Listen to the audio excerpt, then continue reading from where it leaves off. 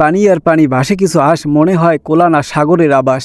দুপুরে গেলে ঘরে কারেন্ট নাই, প্রত্যেক দিনের মতো পুরপের আইলাম বাতাস খাইতে। পুরপের আইয়ে দেই একই বিলের ভিউ তো আর আগের মতো নাই। আগে যতদূর দুই চোখ যাইতে দেখতাম বিস্তীর্ণ ঘাস, রোয়া পাতায় বাজে বাতাস। এখন যতদূর দুই চোখ যায় দেহি পানি আর পানি ভাসে কিছু আস, মনে হয় কোলা না সাগরের আবাস। টানা 3 দিন বৃষ্টির কারণে খাল বিল ডোবা পানিতে ভরপুর।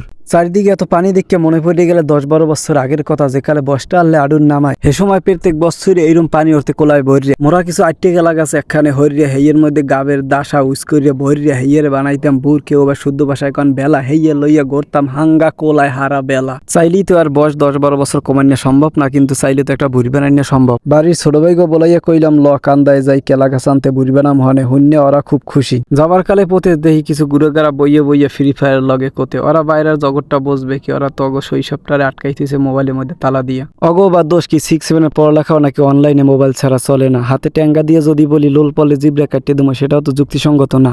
এইবার আইলাম মগো নতুন বাড়তে, কাটলাম একটা কেলা গাছ। হ্যাঁ দাহান যে বোতা কোফাইতে আতই গেছে বেতা। অবশেষে কাটলাম একটা কেলা গাছ, এর মধ্যে আল্লাহ আবার একটা মশরা পুটিয়াটা ধরিয়া কয় ভাই এটা কাটতে বাইর করেন করতো।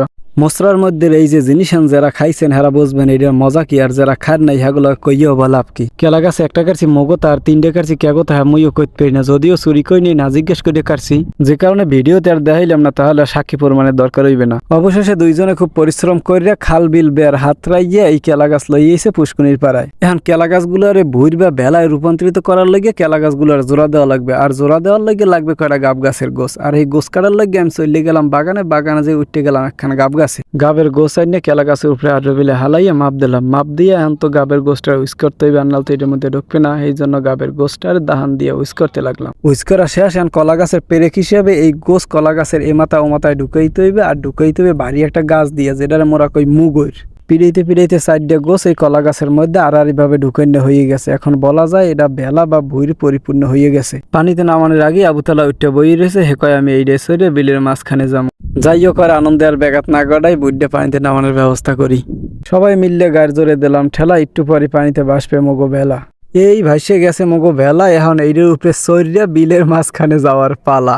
2জন ঠিকঠাক মতো চরণ যায়, 3জন চললো কোন রকম চালান যায়, কিন্তু 4জন চললে তো জিনিস খান ডুবিয়া যায়। কিছু তো আর করার নাই, 2জন ঘুরতে গেলাম বিলের মাঝখানে বালি কোলার মাঝখানে যাইয়ে তো ও নাচতে আছে, আরেকজন তো যাইতে আছে হাতড়াইতে আমাদের কাছে। সত্যি বলতে অনেক আনন্দ লাগছে আজকের এই দিনটা, শৈশবের দিনের মতোই উপভোগ করলাম আজকের এই দিনটাকে। আপনি চাইলেই কিন্তু আপনার বয়সকে কমিয়ে শৈশবে নিয়ে যাইতে পারবেন না, কিন্তু শৈশবের আনন্দটা এই বয়সে উপভোগ করা যায়, সেটা কিছু দুষ্টমির মাধ্যমে, যেগুলোকে বুড়ো মানুষ বলে আকাম।